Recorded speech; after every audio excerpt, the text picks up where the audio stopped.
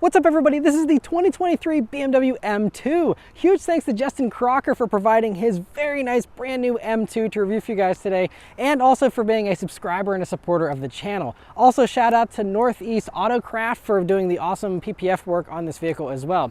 So anyway, as far as the new M2 is concerned, well, by this point you've probably already made up your mind as far as whether you like it or not. Styling is subjective, so I'm not going to get into the styling too much, but what I can say is I do really love this color, and I'm really happy it doesn't have the large nose from the M3 and the M4.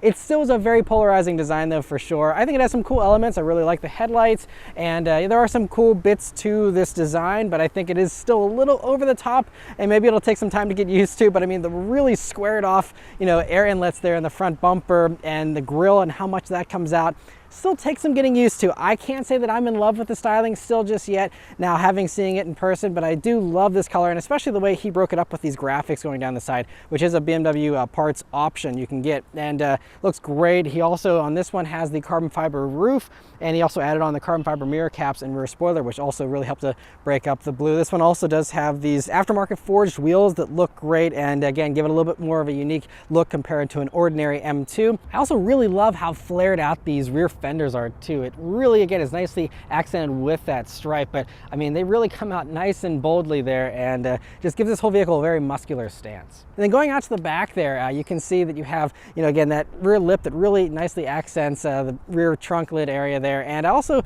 love how you have the rear diffuser there. The quad exhaust tips look great, kind of remind me of like an E46 M3 in a way, and just looks really good. I think it still is a little polarizing in some areas with the rear bumper there and the taillights and stuff, but I think overall, it's a look that you can certainly live with, considering this vehicle's very rare positioning of having, over 450 horsepower and a manual transmission and a usable back seat, all of just very rare things you can't really get in one vehicle these days, aside from this and maybe a Mustang.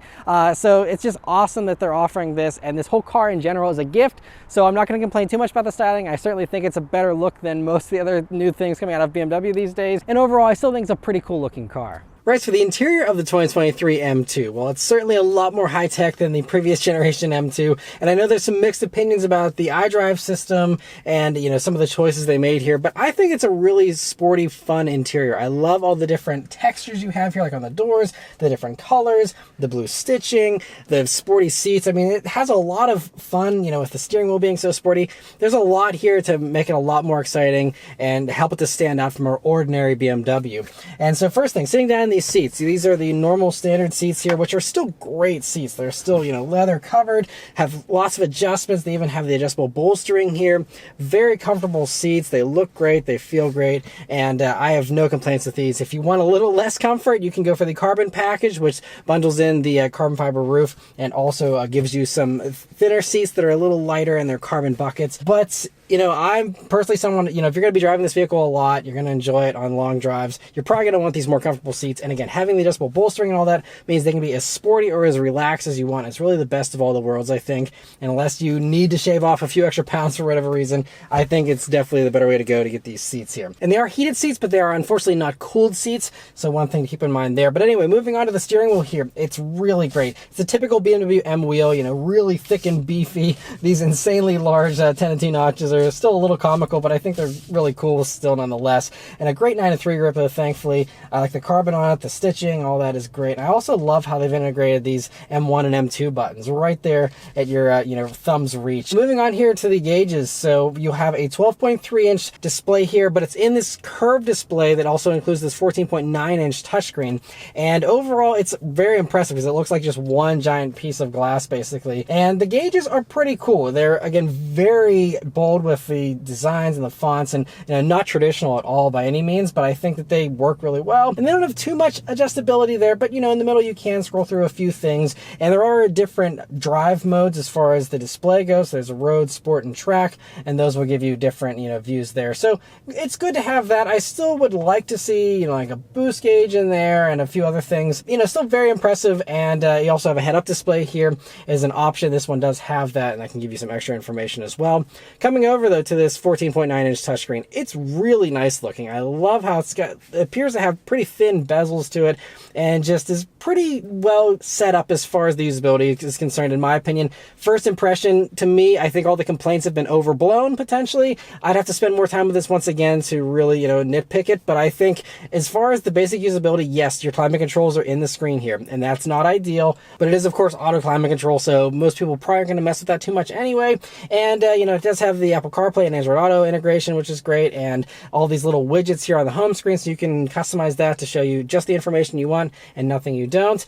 And just really nice that it's so customizable. There are all these other little, apps you can have, and there are a ton of little things in that menu screen, so that could be a little overwhelming. But, once you get a handle on this screen, I think it's really nice how it's simplified out to just basically the home screen there, and then an audio page, a phone page, and a map page. And I don't know, to me, it's not as bad as everyone seems to make it out to be. But anyway, you'll have to try out one of these for yourselves, but I have no complaints with this system so far. You still do have that controller, by the way, if you don't like fingerprints. Moving on to the back seat here, I am just so thankful it has a back seat still.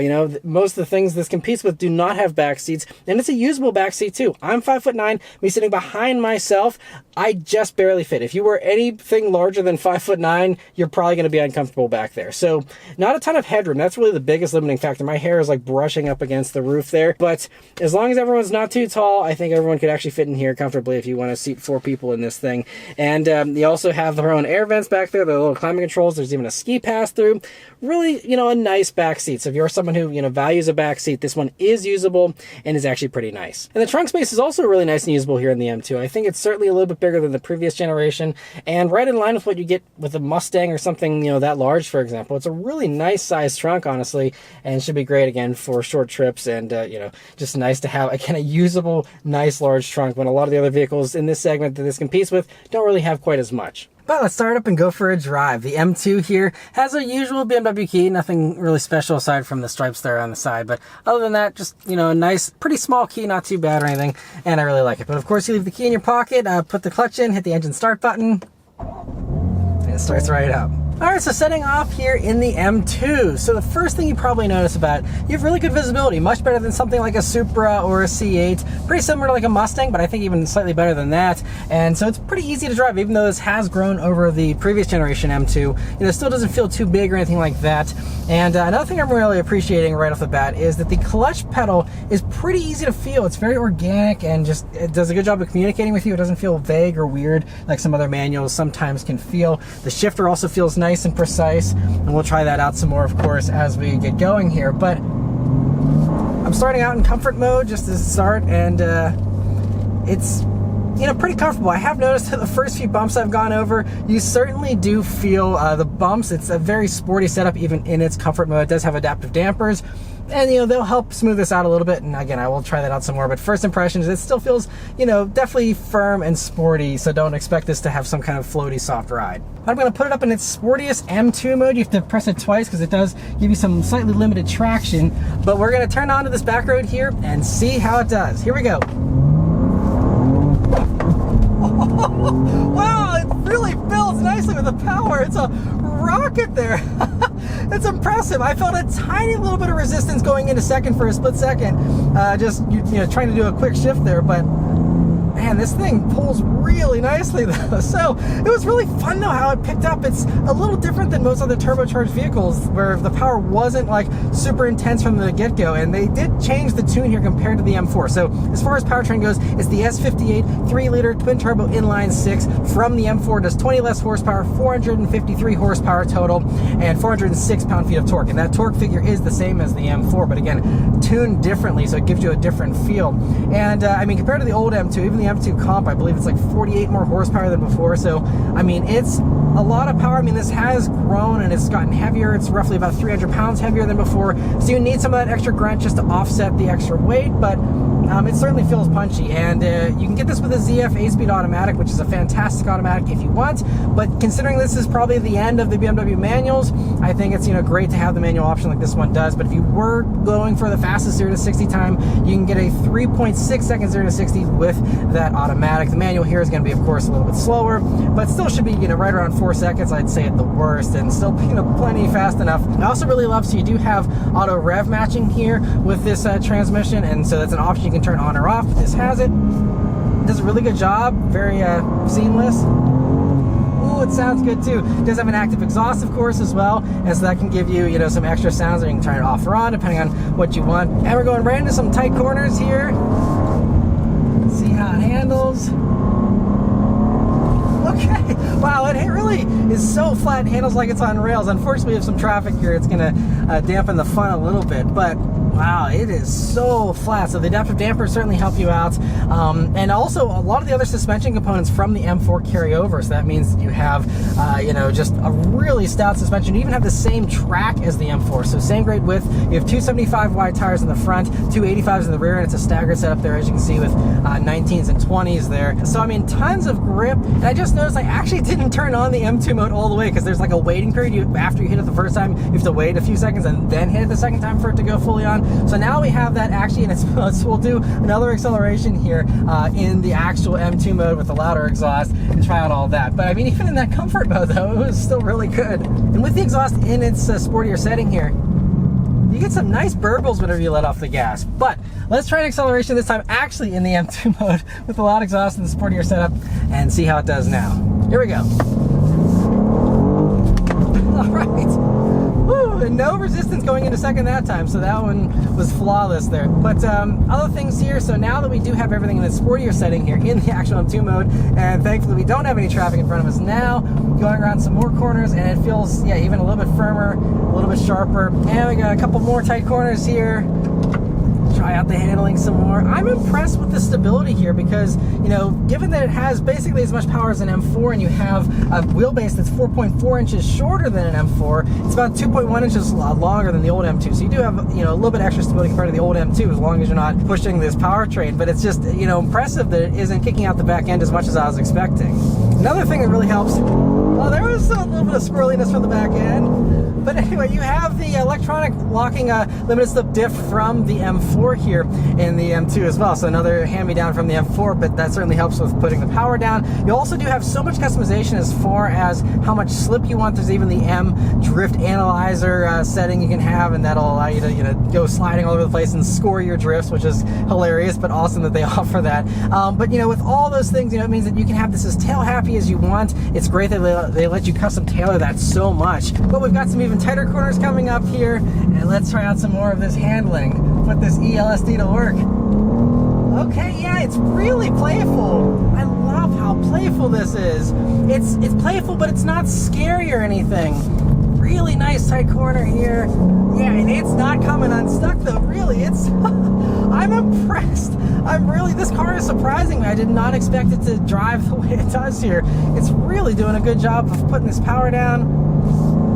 And steering is also pretty nice, a little bit of feel to it, and just nicely weighted, precise, and I just love this engine. Just the power band is so good there, and I was putting around a little bit earlier at some lower RPMs, and it's got good punch at lower RPMs as well. But then whenever you're up at these higher RPMs, this thing just loves to sing and still just loves to be such a fun thing to bring out. And so having a 7,200 RPM red line is pretty good these days as well. And just overall, just a really great engine. And one thing they did here to change up the tuning of the components here from the M4 is that, for example, you have stiffer springs in the front, softer springs in the rear. So that certainly gives you a different handling dynamic than the M4, even though, by the way, these weigh pretty close to the same amount of weight. They're about 3,800 pounds here. Certainly, like I said, several hundred pounds heavier than the old M2. But, and even, okay, I got some off-camber stuff there. Still, so composed. And leaning on these brakes here, nice beefy brakes. We got 15-inch front rotors there, 6-piston calipers. They're 14.6-inch rotors in the rear and single-piston calipers there. But really nice, strong braking performance. Going back uphill. Man, yeah, this thing is impressive. Obviously, you have some, summer tires here on this. That certainly helps with the grip too. And 285s is no joke in the back there. For something with this kind of power, that's a lot of stick. So certainly is going to help you there. But I'm still just so impressed. I really thought that this having a shorter wheelbase than the M4 would just make this thing a slide monster. And I'm sure it certainly can be that way if you provoke it. But at least here on public roads, it's safe speeds. It's very manageable and very well well behaved, honestly. So honestly, I think the old M2 was a little more unruly, and I think that was a little more tail happy. Now that all obviously had, you know, lower limits, and you know, that just was a little more approachable, I think, and a little bit more like a BRZ or GR86 kind of ethos with that, where it was a little easy to just toss around. You weren't going quite as fast, but just didn't have as much stability as this new one does. So it really comes down to, you know, if you are someone who has the old one considering the new one, you know, do you want all the new tech and all that, of course, but are you willing to put up with the fact that you do have extra grip here? For some people, that's not always a positive, but I think that I really like the way this feels. And we just leaning on the brakes here for a quick stop. Yeah, these brakes are so stout. I really love the way these feels. Everything about this, again, since it's all a lot of hand-me-down stuff from the M4, it just feels so incredibly like over-engineered and over-capable, honestly, in some ways. But that's, again, gives you a lot of confidence and makes it so you just feel like you can do anything in this vehicle, because it's just so well sorted out, in my opinion, and it just feels great. This shifter feels so good. I do have to say that if you are cross-shopping this with the manual Supra, I certainly like the way this manual feels a little bit better than that. I mean, that's a good manual as well, and any of these being offered in manual is a gift, so I'm not going to, you know, talk down on any manual transmission, but I think this certainly feels a tiny bit better, and just feels really good. But now I took it out of the sport mode, just cruising here in comfort mode whenever you don't want to be, you know, flying around. It's a really nice, comfortable thing here. The more that I've been driving it here little by little, the more that I'm really appreciating the ride. It definitely, yeah, can be stiff over some, you know, big bumps, but honestly, whenever you're out on the road here, even with this road having, you know, these little imperfections and whatnot, it still feels really nice and smooth, and I can see this being a really great daily driver. And, you know, it's great having the adjustability, so if you want to have, for example, the exhaust still loud, but have everything else soft, you can have that and have the best of all the worlds. Or if you want to just have it nice and quiet and serene, you can do that too here. And you know, it's not super silent. You still hear the engine, and you know, you still have a good amount of power. So like, I'm just, you know, cruising in fourth gear here, you know, hovering around 2,000 RPMs, and I put my foot halfway down, and already it's springing up to some higher speeds there really nicely. So you know, I think the gearing is nicely done. It's not too tall or anything, and overall, just, yeah, feels really nice. And we've got a little bit of a higher speed road, so we can stretch the legs of this thing a little bit.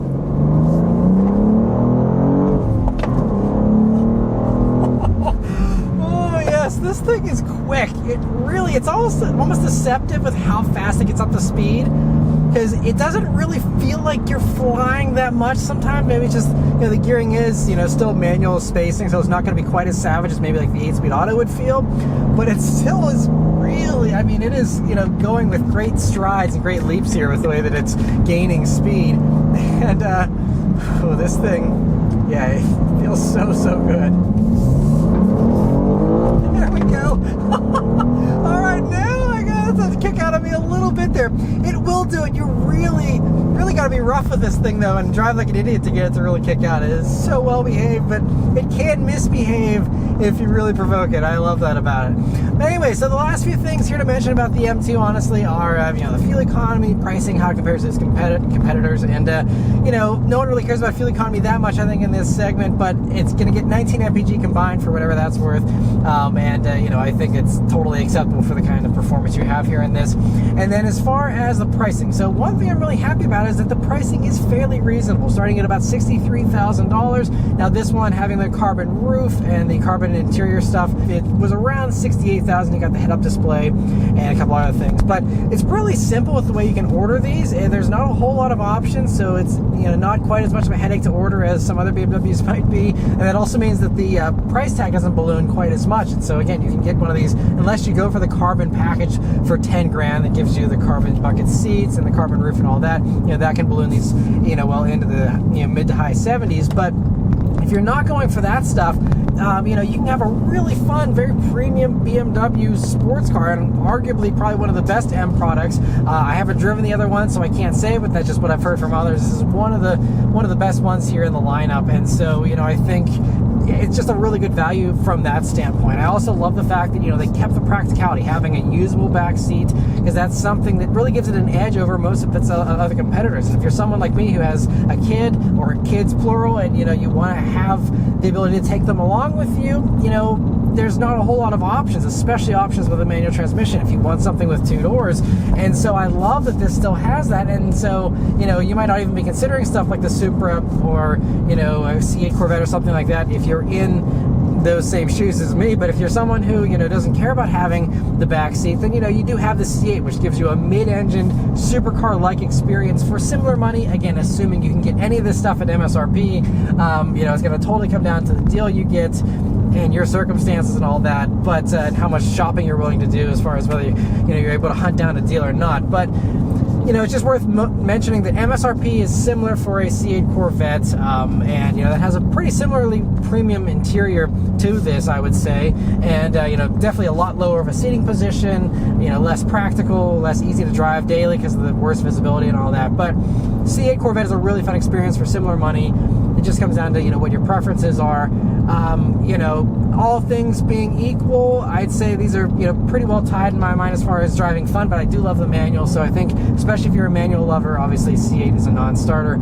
And Supra, you know, comes in about 10 grand or so less and can be a really solid value. Again, if you don't need the back seat, you have BMW sourced parts there, and, you know, have the option of a manual still with that. And a little bit of a smaller coupe, definitely more cramped inside, lower seating position, a lot sportier with its feel and its setup, just from, you know, seating position and things like that. But you know, and I'd say Supra definitely is a little more edgy too. That definitely wants to step out more. That's a little more unruly. Reminds me more of the old M2, but that has, you know, higher limits, higher horsepower. So it's like M2 on steroids, versus this just feels like it's really a totally refined new product. And yes, it still feels like an M2 just because of the positioning in the BMW lineup and the fact that it still is a pretty small size, but it's just, you know, it just feels a little different. So it's going to come down to really personal preference and, you know, what you're looking for. But I think this is a really nice happy medium for someone who, again, wants that extra practicality, wants a little bit of extra comfort, but still wants to have a ton of fun, have the manual option, have